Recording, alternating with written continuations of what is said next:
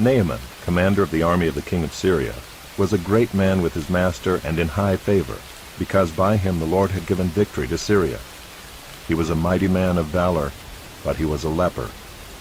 Now the Syrians, on one of their raids, had carried off a little girl from the land of Israel, and she worked in the service of Naaman's wife.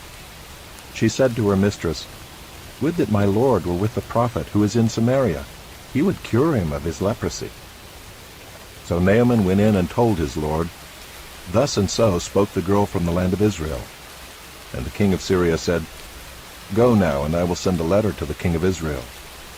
So he went, taking with him 10 talents of silver, 6,000 shekels of gold, and 10 changes of clothing.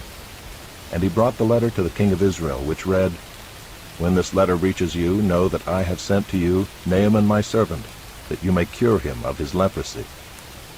And when the king of Israel read the letter, he tore his clothes and said, "Am I God, to kill and to make alive, that this man sends word to me to cure a man of his leprosy? Only consider and see how he is seeking a quarrel with me." But when Elisha the man of God heard that the king of Israel had torn his clothes, he sent to the king, saying, "Why have you torn your clothes? Let him come now to me, that he may know that there is a prophet in Israel." So Naaman came with his horses and chariots, and stood at the door of Elisha's house. And Elisha sent a messenger to him, saying, "Go and wash in the Jordan 7 times, and your flesh shall be restored, and you shall be clean."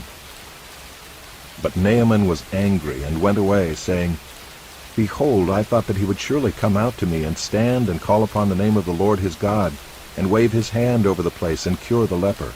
Are not Abana and Pharpar, the rivers of Damascus, better than all the waters of Israel? Could I not wash in them and be clean?" So he turned and went away in a rage. But his servants came near and said to him, "My father, it is a great word the prophet has spoken to you. Will you not do it? Has he actually said to you, 'Wash and be clean'?" So he went down and dipped himself 7 times in the Jordan, according to the word of the man of God, and his flesh was restored like the flesh of a little child, and he was clean. Then he returned to the man of God, he and all his company, and he came and stood before him. And he said, "Behold, I know that there is no God in all the earth but in Israel. So accept now a present from your servant." But he said, "As the Lord lives, before whom I stand, I will receive none."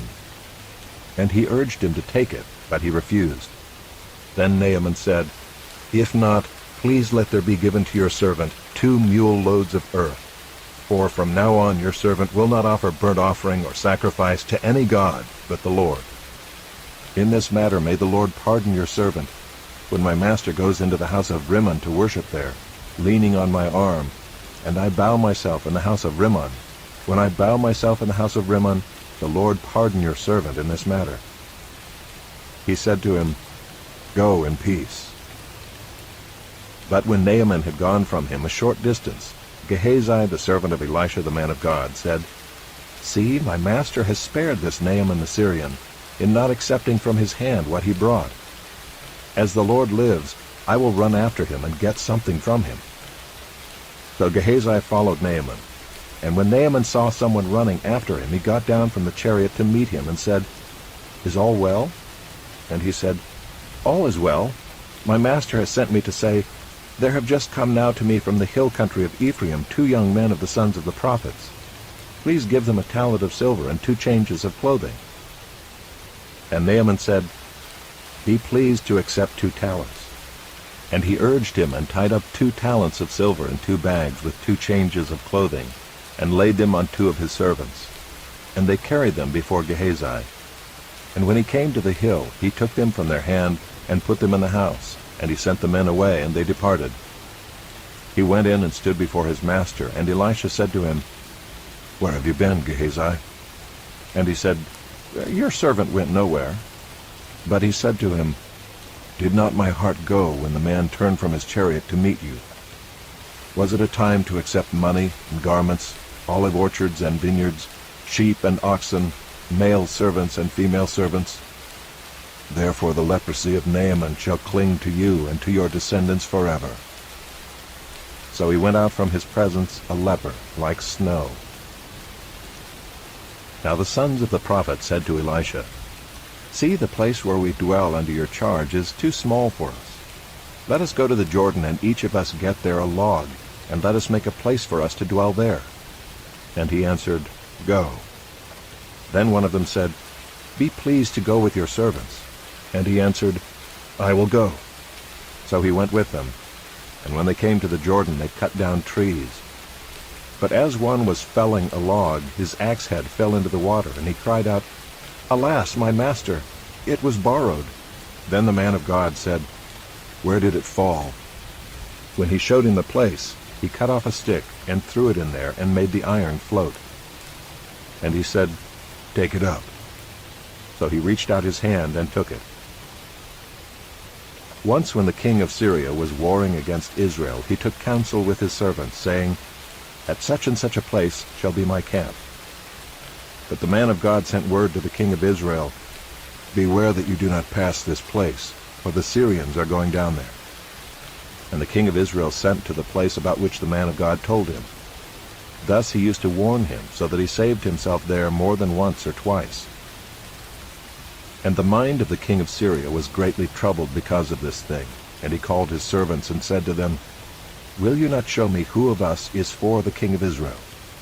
And one of his servants said, "None, my lord, O king, but Elisha the prophet who is in Israel tells the king of Israel the words that you speak in your bedroom." And he said, "Go and see where he is, that I may send and seize him." It was told him, "Behold, he is in Dothan." So he sent their horses and chariots and a great army, and they came by night and surrounded the city. When the servant of the man of God rose early in the morning and went out, behold, an army with horses and chariots was all around the city. And the servant said, "Alas, my master, what shall we do?" He said, "Do not be afraid, for those who are with us are more than those who are with them." Then Elisha prayed and said, "O Lord, please open his eyes, that he may see." So the Lord opened the eyes of the young man, and he saw, and behold, the mountain was full of horses and chariots of fire all around Elisha. And when the Syrians came down against him, Elisha prayed to the Lord and said, "Please strike this people with blindness." So he struck them with blindness in accordance with the prayer of Elisha. And Elisha said to them, "This is not the way, and this is not the city. Follow me, and I will bring you to the man whom you seek." And he led them to Samaria. As soon as they entered Samaria, Elisha said, "O Lord, open the eyes of these men, that they may see." So the Lord opened their eyes, and they saw, and behold, they were in the midst of Samaria. As soon as the king of Israel saw them, he said to Elisha, "My father, shall I strike them down? Shall I strike them down?" He answered, "You shall not strike them down.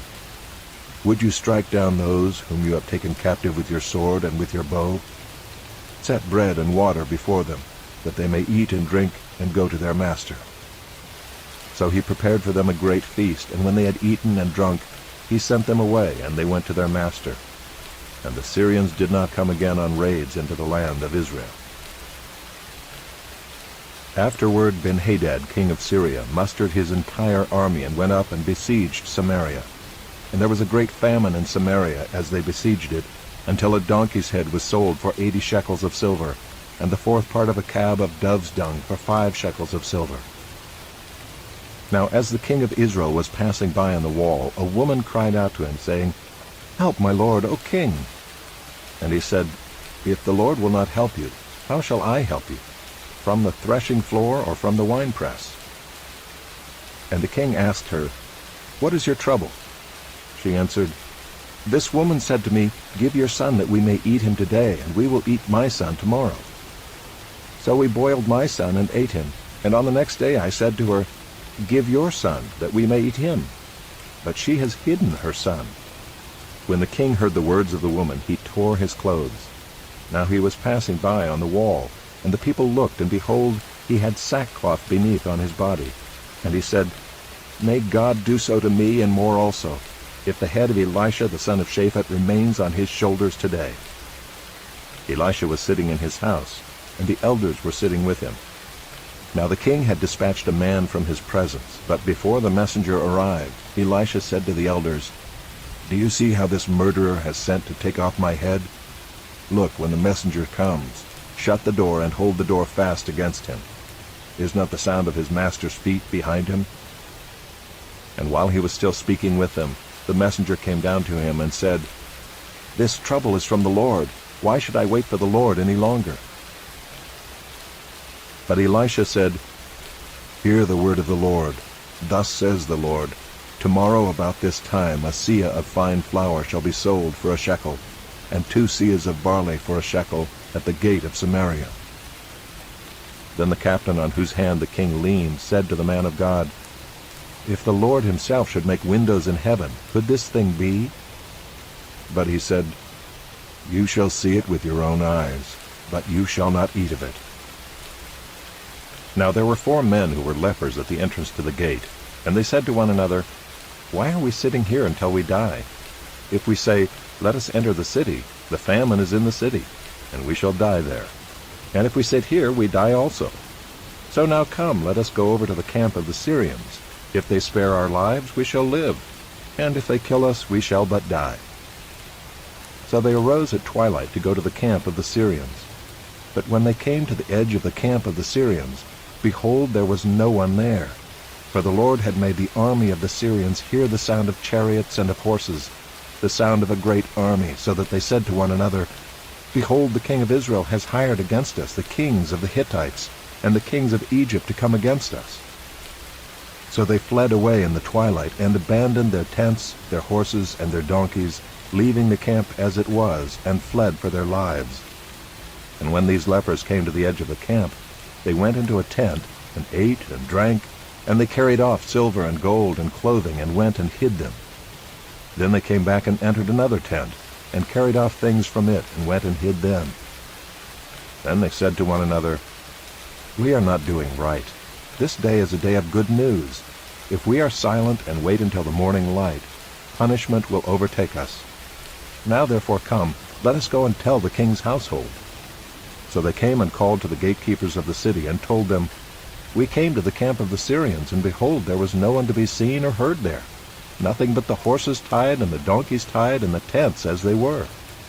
Then the gatekeepers called out, and it was told within the king's household. And the king rose in the night and said to his servants, "I will tell you what the Syrians have done to us. They know that we are hungry. Therefore they have gone out of the camp to hide themselves in the open country, thinking, 'When they come out of the city, we shall take them alive and get into the city.'" And one of his servants said, "Let some men take 5 of the remaining horses, seeing that those who are left here will fare like the whole multitude of Israel who have already perished. Let us send and see." So they took 2 horsemen, and the king sent them after the army of the Syrians, saying, "Go and see." So they went after them as far as the Jordan, and behold, all the way was littered with garments and equipment that the Syrians had thrown away in their haste. And the messengers returned and told the king. Then the people went out and plundered the camp of the Syrians. So a seah of fine flour was sold for a shekel, and 2 seahs of barley for a shekel, according to the word of the Lord. Now the king had appointed the captain on whose hand he leaned to have charge of the gate. And the people trampled him in the gate, so that he died, as the man of God had said when the king came down to him.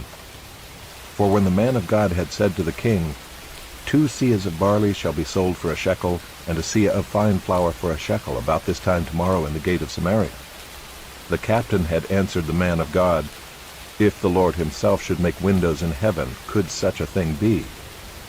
And he had said, "You shall see it with your own eyes, but you shall not eat of it." And so it happened to him, for the people trampled him in the gate, and he died. Now Elisha had said to the woman whose son he had restored to life, "Arise and depart with your household, and sojourn wherever you can, for the Lord has called for a famine, and it will come upon the land for 7 years." So the woman arose and did according to the word of the man of God. She went with her household, and sojourned in the land of the Philistines 7 years.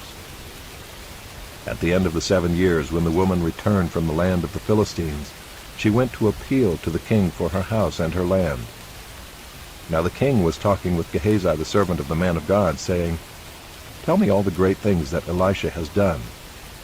And while he was telling the king how Elisha had restored the dead to life, behold, the woman whose son he had restored to life appealed to the king for her house and her land. And Gehazi said, "My lord, O king, here is the woman, and here is her son, whom Elisha restored to life." And when the king asked the woman, she told him. So the king appointed an official for her, saying, "Restore all that was hers, together with all the produce of the fields, from the day that she left the land until now." Now Elisha came to Damascus. Ben-Hadad the king of Syria was sick, and when it was told him, "The man of God has come here," the king said to Hazael, "Take a present with you, and go to meet the man of God, and inquire of the Lord through him, saying, Shall I recover from this sickness?" So Hazael went to meet him, and took a present with him, all kinds of goods of Damascus, 40 camels' loads. When he came and stood before him, he said, "Your son Ben-Hadad, king of Syria, has sent me to you, saying, Shall I recover from this sickness?" And Elisha said to him, "Go, say to him, You shall certainly recover. But the Lord has shown me that he shall certainly die." And he fixed his gaze and stared at him until he was embarrassed. And the man of God wept. And Hazael said, "Why does my lord weep?" He answered, "Because I know the evil that you will do to the people of Israel. You will set on fire their fortresses, and you will kill their young men with the sword, and dash in pieces their little ones, and rip open their pregnant women." And Hazael said, "What is your servant, who is but a dog, that he should do this great thing?" Elisha answered, "The Lord has shown me that you are to be king over Syria." Then he departed from Elisha and came to his master, who said to him, "What did Elisha say to you?" And he answered, "He told me that you would certainly recover." But the next day he took the bedcloth and dipped it in water and spread it over his face till he died. And Hazael became king in his place. In the 5th year of Joram the son of Ahab, king of Israel, when Jehoshaphat was king of Judah, Jehoram the son of Jehoshaphat, king of Judah, began to reign. He was 32 years old when he became king, and he reigned 8 years in Jerusalem. And he walked in the way of the kings of Israel, as the house of Ahab had done, for the daughter of Ahab was his wife. And he did what was evil in the sight of the Lord. Yet the Lord was not willing to destroy Judah for the sake of David his servant, since he promised to give a lamp to him and to his sons forever. In his days Edom revolted from the rule of Judah, and set up a king of their own. Then Joram passed over to Zair with all his chariots, and rose by night, and he and his chariot commanders struck the Edomites who had surrounded him, but his army fled home. So Edom revolted from the rule of Judah to this day. Then Libnah revolted at the same time. Now the rest of the acts of Joram and all that he did, are they not written in the book of the Chronicles of the kings of Judah? So Joram slept with his fathers, and was buried with his fathers in the city of David. And Ahaziah his son reigned in his place. In the 12th year of Joram the son of Ahab, king of Israel, Ahaziah the son of Jehoram, king of Judah, began to reign. Ahaziah was 22 years old when he began to reign, and he reigned 1 year in Jerusalem. His mother's name was Athaliah. She was a granddaughter of Omri, king of Israel. He also walked in the way of the house of Ahab, and did what was evil in the sight of the Lord, as the house of Ahab had done, for he was son-in-law to the house of Ahab. He went with Joram the son of Ahab to make war against Hazael, king of Syria, at Ramoth-Gilead. And the Syrians wounded Joram. And King Joram returned to be healed in Jezreel of the wounds that the Syrians had given him at Ramah, when he fought against Hazael, king of Syria. And Ahaziah the son of Jehoram, king of Judah, went down to see Joram the son of Ahab in Jezreel, because he was sick.